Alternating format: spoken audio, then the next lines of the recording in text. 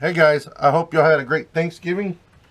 I just got done eating and stuff, and I just fed this girl, and I wanted to make a video, kind of talk to you guys about big lizards in general.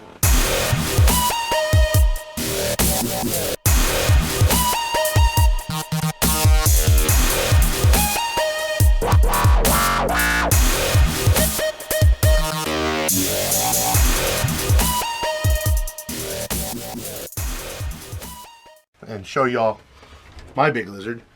As y'all can see, this is my big lizard, and she's not too fond of cameras. But this is let's see if I can get a good angle here. This lizard right here is Isabella. She is my iguana.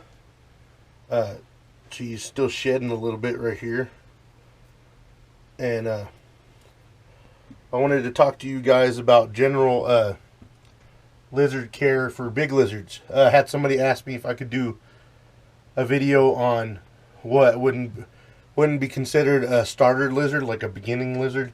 So here we go. This is what I consider to be a medium to advanced lizard to care for.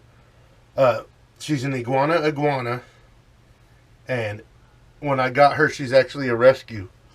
When I got her, she was actually some guy had her in a bird cage. These lizards need a big enclosure where they can move around in. The enclosure that she's in right now is I'll show it to you.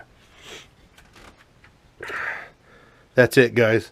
It is actually 4.5 foot wide, 6.5 foot tall, and almost 3 foot deep. And in my opinion, that's still too small of an enclosure for a lizard this size, but she does get to free roam in the room pretty often.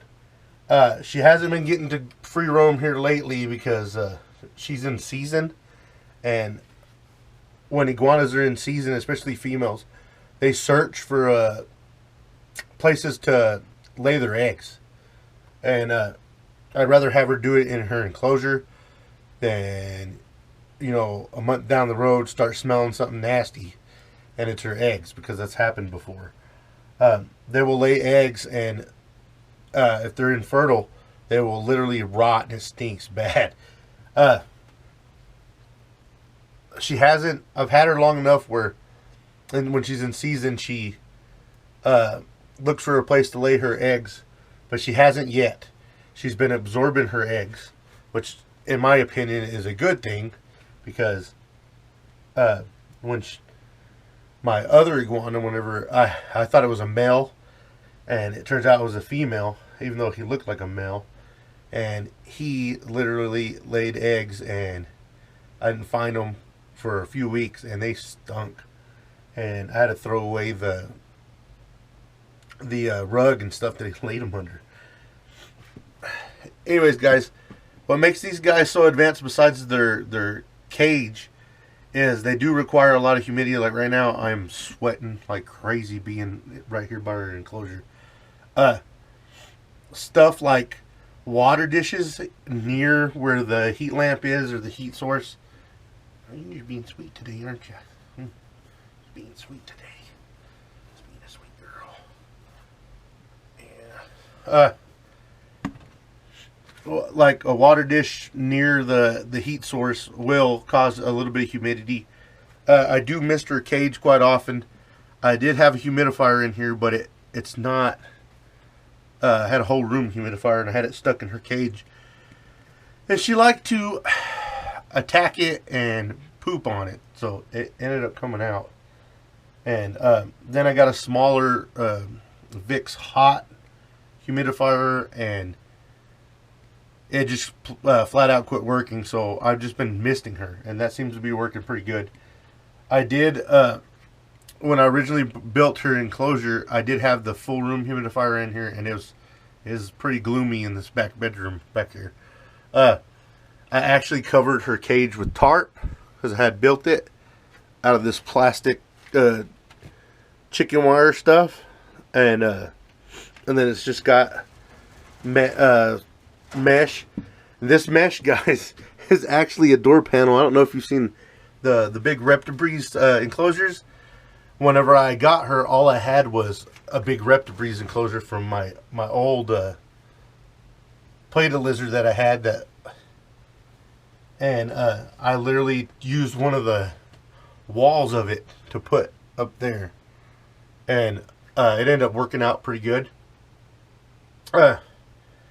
My suggestion, guys, if you get a big lizard like this, you are going to get, I don't know if you can see this, you are going to end up getting scratched up. I mean, this happens if you're going to handle any big lizard like this, especially one that lives in the trees.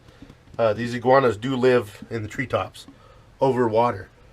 You're going to get scratched up. That's pretty much a given.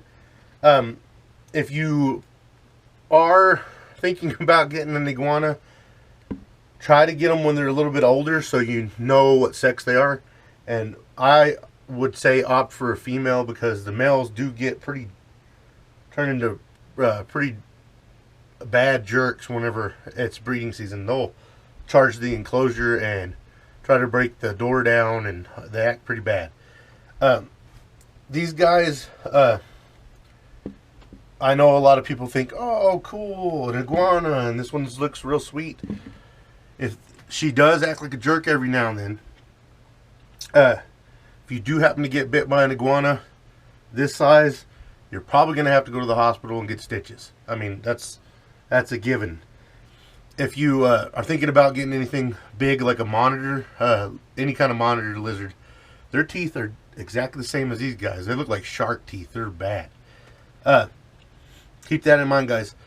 The bigger lizards like tegus and stuff are a little bit more chilled out, and if you're going to go for an iguana species that's easier to take care of, pretty much any of the land iguanas are better. Like the desert iguanas are smaller, and their husbandry and stuff is easier. These guys do eat greens. I pretty much today I ran out of everything but mustard greens and collard greens. So there's her plate for today, or what's left of the plate. She usually eats mustard, collard greens, squash, bell peppers, grapes for a treat. She doesn't like bananas. A lot of iguanas will, love bananas. If y'all want to see a little bit more on big lizards, there's a YouTube channel. There's a guy named Dave Durham, and he has lots of iguanas, and he has a monitor lizard named Blue, which is he's real grouchy in his videos. You check him out. It's Dave Durham.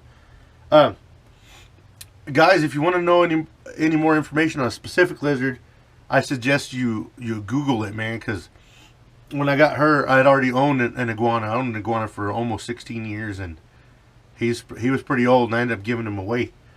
And then I had a female that I took care of for a while. She had MBD real bad. The guy that got her had me tame her down a little bit. He didn't. That's another thing, guys. If you're gonna get a big lizard, please work on. Don't ignore the lizard. If you want a lizard that's calm like she is, she's just sitting here with her eyes closed. If you want a lizard that's this calm right here, you have to handle the lizard. You have to pet it.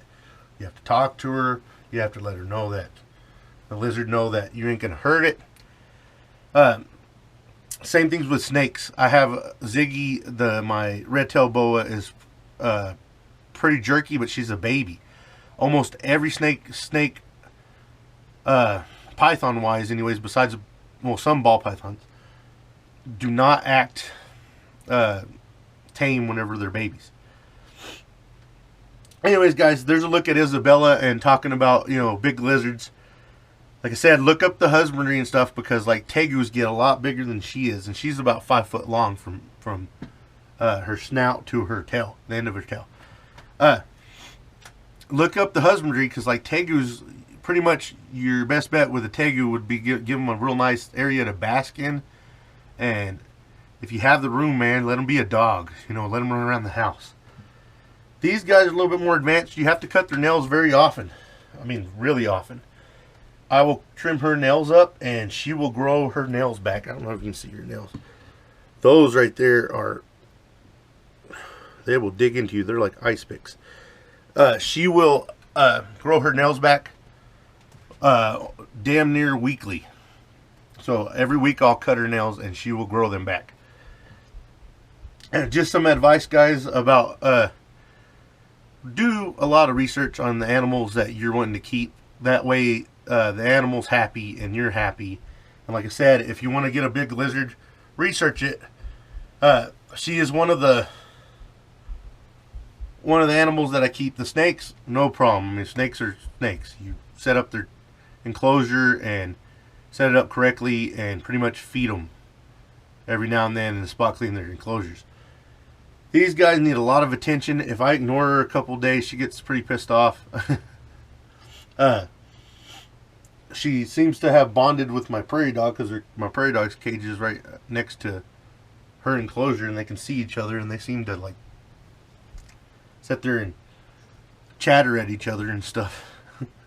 Well, she doesn't chatter. The iguana don't chatter, but the prairie dog does, and she ends up doing what they call licky licks, tongue licks. Anyways, I hope y'all enjoyed this video, and happy Thanksgiving again, guys. I'm gonna go edit this, and hopefully, guys, I'll see y'all in the next video.